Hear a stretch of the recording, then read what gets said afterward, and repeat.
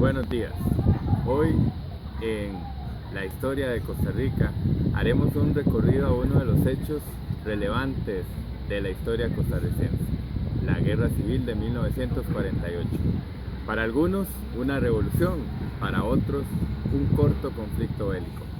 Para conocer más sobre este tema, el día de hoy recurriremos a diferentes personajes. El primer personaje que vamos a escuchar el día de hoy es Luis Alberto Monge, un político destacado de la historia costarricense y que participó activamente en el proceso de la Guerra Civil. Buenos días. La década del 48 fue sumamente conflictiva. El periodo está enmarcado por una guerra mundial, está enmarcado por recesión económica, pobreza, estancamiento, gobiernos corruptos que se señalaban que favorecían a familiares, el caso del gobierno de Rafael Ángel Calderón Guardia, marcado por una gran presión popular por parte de la clase trabajadora, por parte de la iglesia y fundamentalmente el Partido Comunista, que desde la década de los 30 había tomado como causa de lucha todo lo que eran los intereses de la clase trabajadora, a tal punto que llegaron a conformarse toda una serie de reformas que beneficiaron a la población a nivel general, como la UCR, la Caja, las garantías sociales y el Código de Trabajo. Hacia 1944 terminó el periodo de gobierno de Rafael Ángel Calderón Guardia. La Segunda Guerra Mundial traía sus secuelas de manera directa a nuestro país en términos de relaciones económicas, en términos de relaciones políticas. Recordemos por ahí también que le habíamos declarado la guerra a Alemania en 1940 y todo eso generó una atmósfera bastante inestable en términos económicos y políticos. Se cuestionaba también, por ejemplo, los gobiernos corruptos, se cuestionaba también todo el estancamiento que había habido en nuestro país, a tal punto que se conformaron una serie de ideologías para luchar por un cambio, por una transformación que va a finalizar con un proceso de guerra, de revolución. Es así como para llegar a 1948 se hizo un escenario político, elecciones, se enfrenta a Otilio Latre, Rafael Ángel Calderón Guardia. Normalmente transcurren las elecciones y a partir de allí, a las 6 de la tarde, al cerrar las urnas, posteriormente se hace el conteo y comenzaron a aparecer algunas acciones, ¿verdad?, muy inestables en términos políticos, como fue la quema de papeletas, se perdieron algunas, etcétera, a tal punto que Rafael Ángel Calderón Guardia alega que hubo un fraude electoral y esto va a ser lo que va a motivar como causa directa el desarrollo de todo el conflicto armado. Vamos ahora a escuchar al renombrado historiador Giovanni Cubero, quien hará referencia a las consecuencias de la Guerra Civil de 1948. Dentro de las consecuencias que dejó este movimiento armado, podemos encontrar que durante 18 meses la Junta Fundadora de la Segunda República, liderada por José Figueres Ferrer, emprende una serie de medidas que van a ocasionar todo un hecho importante en la segunda mitad del siglo XX, como fue en primera instancia llamar a una constituyente, crear una constitución, la constitución que actualmente nos rige, y establecer una serie de medidas como fueron la nacionalización bancaria, la creación del Tribunal Supremo de Elecciones, que toma también el registro civil, que ya este había sido creado en 1888, y lo independiza de cualquier otro de los poderes de la República.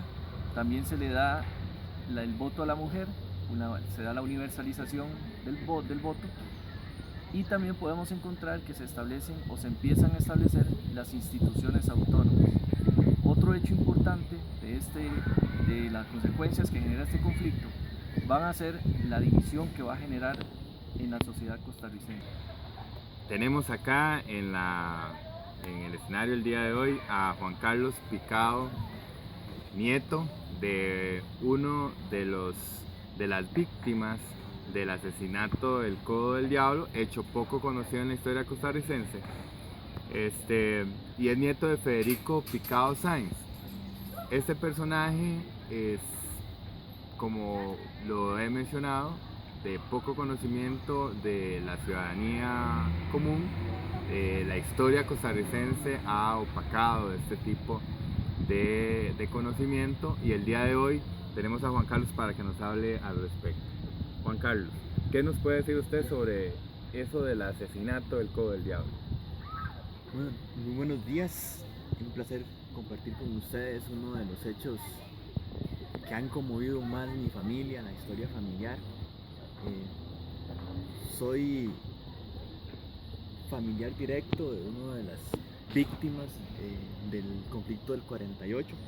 Para contarles un poquito, el Codo del Diablo es el hecho o el acontecimiento histórico ocurrido el 19 de diciembre de 1948, 8 meses después de que finaliza la guerra civil del 48, estando Costa Rica gobernada por la Junta Fundadora de la Segunda República. En ese acontecimiento se asesina a ciertos líderes comunistas de tendencia socialista: mi abuelo, Federico Picado Sáenz, Tobías Baglio Sardí, Lucio Ibarria, Octavio Sáenz, Narciso Santamayor, que era el único nicaragüense, los demás eran costarricenses, y Álvaro Aguilar. ¿Quiénes cometen el asesinato? Básicamente, digamos, para poder contextualizar, a ellos se les había juzgado meses antes, se les hizo un juicio, no hubo pruebas, prácticamente el juicio era como una persecución militar en contra de ellos por haber apoyado a los calderonistas en la guerra del 48. Fue un juicio, digamos, sin pruebas, porque lo que se hizo fue decir: ustedes participaron en la guerra con el calderonismo. Se les condenó, fueron encarcelados, y ellos huyen en primera instancia hacia el extranjero, pero son tomados presos en Limón. Prácticamente la Junta Fundadora de la Segunda República es el que los condena. Las figuras que perpetraron el crimen fue el capitán Manuel Zúñiga Girón y el subcomandante Luis Norberto Valverde Quirós. El hecho fue así: ellos estaban encarcelados en Limón, en la comandancia de Limón, fueron trasladados a Siquirres. En Siquirres los montan en un tren y los conducen al lugar, al sitio que es conocido así como el Codo del Diablo, porque es una parte donde la línea del tren, ¿verdad? Va muy a la par del río Reventazón. Ellos, según cuenta la historia, fueron puestos con esposas y asesinados en el tren. Cuando llegan a la parte esta del Codo del Diablo, antes evidentemente fueron torturados, ¿verdad? Cuando llegan a la zona esta del Codo del Diablo, depositan sus cuerpos en el río Reventazón. La idea era que los cuerpos desaparecieran, desaparecerlos por completo de la esfera, todo oculto, ¿verdad? El problema fue que uno de los cuerpos, en la manipulación, se suelta de las esposas y es encontrado días después. Y lo interesante fue que todo el proceso de manejo de la información a lo largo de la historia se ha opacado toda la situación, porque evidentemente era el reconocimiento, ¿verdad?, de que la Junta Fundadora estaba eliminando a la oposición.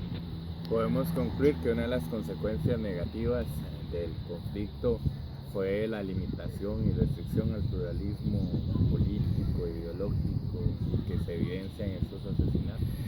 Evidentemente, digamos, el conflicto armado tuvo sus víctimas, y digamos, soy heredero de ese proceso, ¿verdad?